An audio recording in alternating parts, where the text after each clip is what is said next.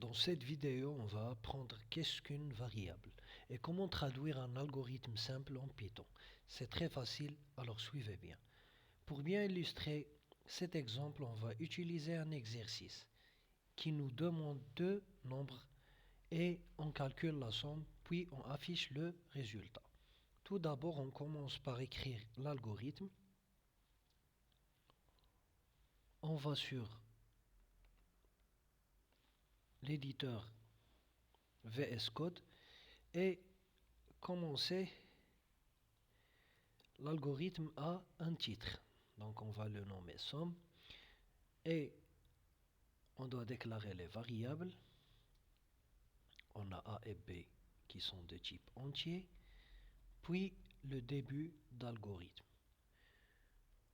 Ensuite, on va afficher un message qui demande à l'utilisateur de faire entrer deux nombres. Entrer deux nombres. Et on va les lire. Lire A, puis lire B. Ensuite, soit on va utiliser une variable intermédiaire nommée somme,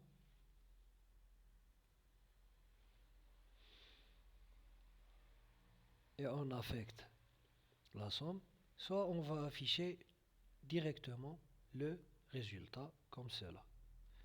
Donc on s'est affiché la somme et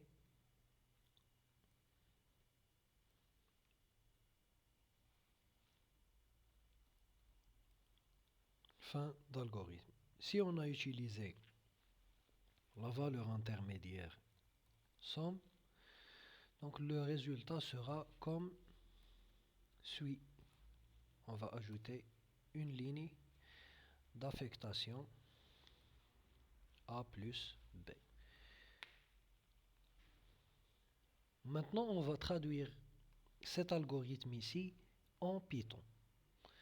Donc, on commence par la première variable et on écrit la première variable A et on écrit ici par exemple A est égal à int, c'est pour donner le type, input ça veut dire faire entrer et on affiche le message qu'on veut afficher à l'utilisateur. Entrer le premier nombre. Voilà, et on ferme. Donc A est une variable, elle contient le premier nombre. Maintenant, pour la deuxième variable, on utilise B et on fait la même chose. Int pour le type, input pour faire entrer et le message sera comme suit, entrer le deuxième nombre. Voilà. Donc B contient le deuxième nombre. Maintenant, on calcule la somme. Pour calculer la somme,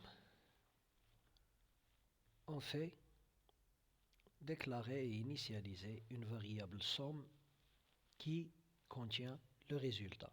Pour afficher, on utilise la fonction print et on écrit un message, la somme, et ensuite on ferme les doubles quotes et on fait un petit virgule et on écrit la somme. Donc pour exécuter, je vais supprimer ces lignes-là parce qu'on n'aura pas besoin d'eux. Et on enregistre en bureau.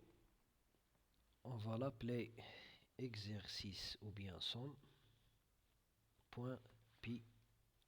Donc le type est de type Python et on sauvegarde. Alors pour exécuter sur VS Code, on clique ici et on clique ici ou bien on utilise le raccourci clavier CTRL plus F5. Et on aura le résultat ici dans le terminal. Donc on va entrer le premier nombre, par exemple 3. On clique sur Entrée. Le deuxième nombre, par exemple 7. et on obtient le résultat ici. Donc si on change, si on veut changer, on va exécuter de nouveau le programme et on donne par exemple 17 et 45. La somme est 62. Alors, on doit faire attention à certaines erreurs qui peuvent se passer fréquemment. Donc ne pas oublier le type int, ne pas oublier les guillemets et de ne pas oublier les parenthèses. Si par exemple on enlève le type ici et on va enlever les guillemets, on aura des erreurs. Voilà, les erreurs s'affichent au terminal et les problèmes ils sont classés ici en anglais. Donc, it was not closed dans la colonne 3, la ligne 1. Donc la ligne 1, colonne 3, ici, on va fermer et on va réessayer.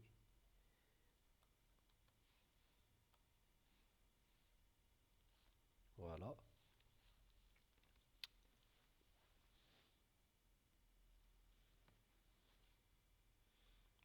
Donc le compilateur a sauté le type, il a assumé un certain type. On va essayer d'exécuter et de voir si ça va bien se passer.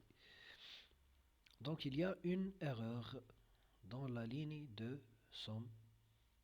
Donc l'erreur comme suit, la ligne 3.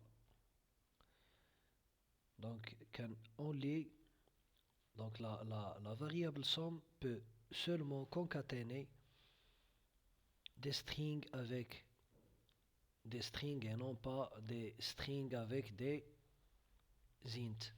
Ça veut dire que cette variable somme ne peut que concaténer deux variables du même type. Par exemple, les strings, ça veut dire les chaînes de caractères ou bien les entiers. Donc on va corriger cela.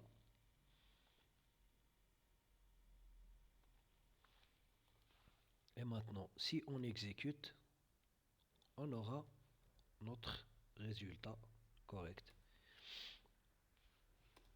Voilà, la somme est 10.